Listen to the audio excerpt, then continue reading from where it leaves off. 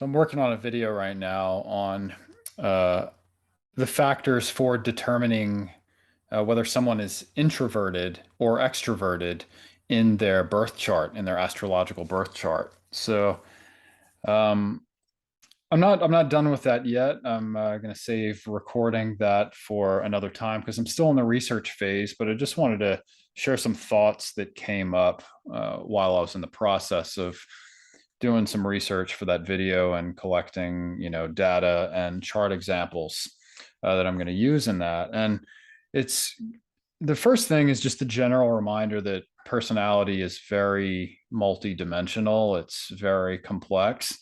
That's why there's so many systems for describing the human personality, the innate traits of one's personality, and they all seem to come up short in one way or another, or multiple ways, or maybe they just focus on one aspect of the personality and leave everything else out, like Myers-Briggs, for example.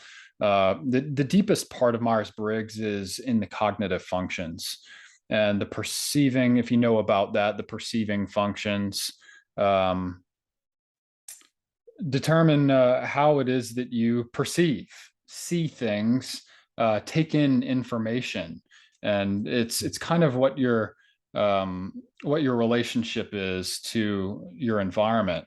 And then the judging functions are how you make judgments and decisions on the basis of that information. But it kind of tries to squeeze a lot of complexity into a very simple framework, and it doesn't quite work. Like I started my journey in personality studies with Myers-Briggs when I was still a teenager, and the road led me out of that system after mastering it after a couple of years. I'm not going to be modest and afraid to say that I have a quite a solid mastery over that system, but that's because I'm very interested in personality, the human temperament, in the broadest sense possible, but also in the most detailed sense possible. Myers-Briggs tries to shove everybody into one of 16 types. Like everybody is going to identify with one of those 16 types way more than the other, generally speaking. And if you're ever confused about that, I can help you flesh it out. Are you an INFJ or an INFP? Well, actually, INFJs and INFPs are quite different perceptually. So you can't really be toggling between P and J in Myers-Briggs because that determines which set of cognitive functions are going to show up as primary and secondary versus if you're the other, it's going to be a total different set. But making you a very different person in how you take in information and make judgments about it. But anyway, going off the rails here. Um, Myers-Briggs is quite shallow in terms of what it tells us about ourselves. It's a good entry point into personality studies, but if you're serious about being a student of human nature, you're going to end up at astrology. It's just the way it is. Okay. It's the oldest, it's the most open system, it's the most refined, it's the most detailed, it's the broadest. It has everything for the most part, but still, you are not wholly and completely your birth chart. You're more than that. You have potential beyond your birth chart. Okay.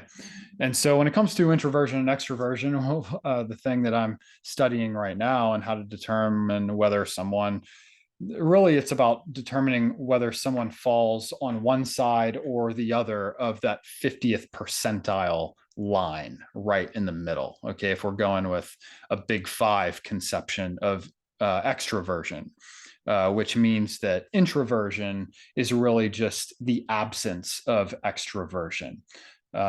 You're an introvert if you fall below that 50th percentile. You're an extrovert if you're above it. Okay. Uh, Maybe we could say you're an ambivert if you're somewhere between 45 and 55 or 40 and 60, really in that middle range. But again, that's kind of similar to the cusp debate in astrology. How close to the cusp of the next sign or the next house, do you have to be in order to be considered a cusp person? That's another debate for another for another time. But what I'm saying is, human personality is infinitely complex. And the birth chart tells us a lot, way more than any other psychological personality system, about the innate temperament, but it's still not the end all be all. I had some trouble coming up with introvert example charts for introverts, um, that one could argue that the person was actually maybe not an introvert, but rather just like had some kind of mental illness, some kind of sociopathy. I mean, like, I consider myself an introvert, and I can point to the reasons why in my own birth chart, but I might be biased. Maybe there's something about introversion that seems cool to me. Maybe I want to be an introvert. I definitely have some extroverted traits. I definitely have some qualities to my personality that put me, in an extroverted sort of frame of mind when I am in a particular context. I have Venus and Gemini in the fifth house. So people who get that side of me in certain social situations would be like, oh, of course he's an extrovert. He's like super eccentric and stuff. But maybe if I'm talking shit on my YouTube channel, I come off a little more introverted. Or if I'm just spending like one-on-one time with someone, maybe I come off more introverted if things get more reflective and intimate. So it depends on the context.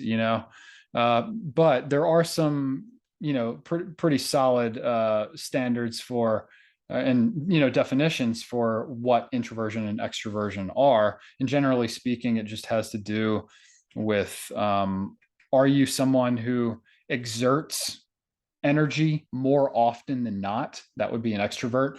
Or are you someone who's more likely to conserve energy more often than not? And again, the more often than not talk is referring to that 50th percentile line. Are you on one side or the other? Everyone in every birth chart that I've studied so far, maybe the person really comes off as an introvert, but they still have these factors in their birth chart that carry extroverted weight to them, are very exerting of energy. It could be a highly aspected Jupiter. Jupiter is a very energy outputting planet, energy exerting planet. Could be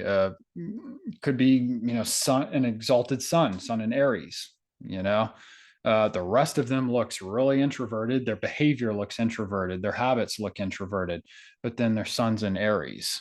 In the 10th house or something, which could be argued as one of the most extroverted placements anywhere that you could find in a birth chart. So yeah, human personality is complex, and there are always balancing factors. You're never totally one thing or totally another thing. You're never totally introvert, totally extrovert. You're never totally your sun sign and not your moon sign.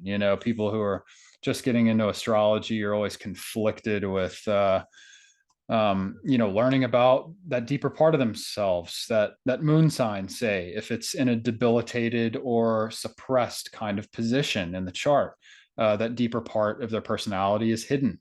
And maybe their sun is really loud, and it's, it overpowers that deeper part of themselves. So they're prone to lacking the ability to self-reflect.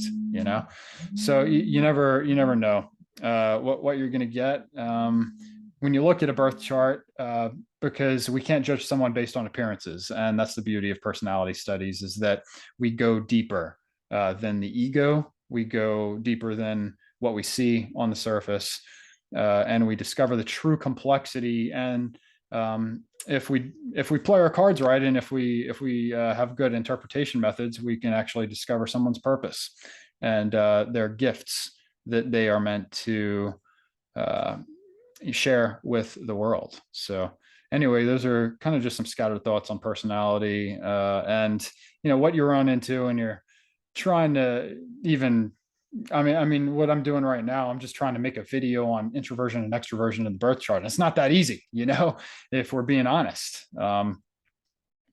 uh, I mentioned the sociopathy thing, or, mental illness thing with introverts. It's not that easy to spot an extrovert either. Like my dad he's really extroverted. There's no doubt. But he has almost all of his inner planets in the bottom half of the chart, which is considered, an introverted place, night baby. But it's in Libra. He has a stellium in Libra, which is an extroverted sign, so they're always balancing factors. So people are complex, and don't judge people at face value. That's all I'm trying to say. All right. That'll be it for tonight. Y'all have a good one. Cheers.